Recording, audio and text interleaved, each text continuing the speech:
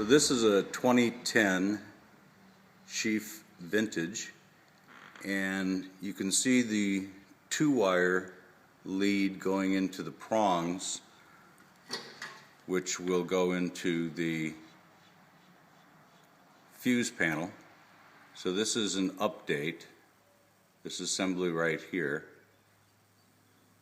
which ties into the electrical.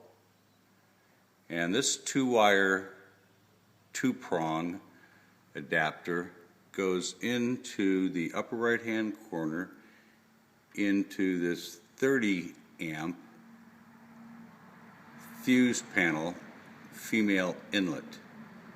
And this is what I suspect has caused the BCM module to fail early, because this 2-prong lead continues to walk in and out of the female inlet right here. It's very, very loose.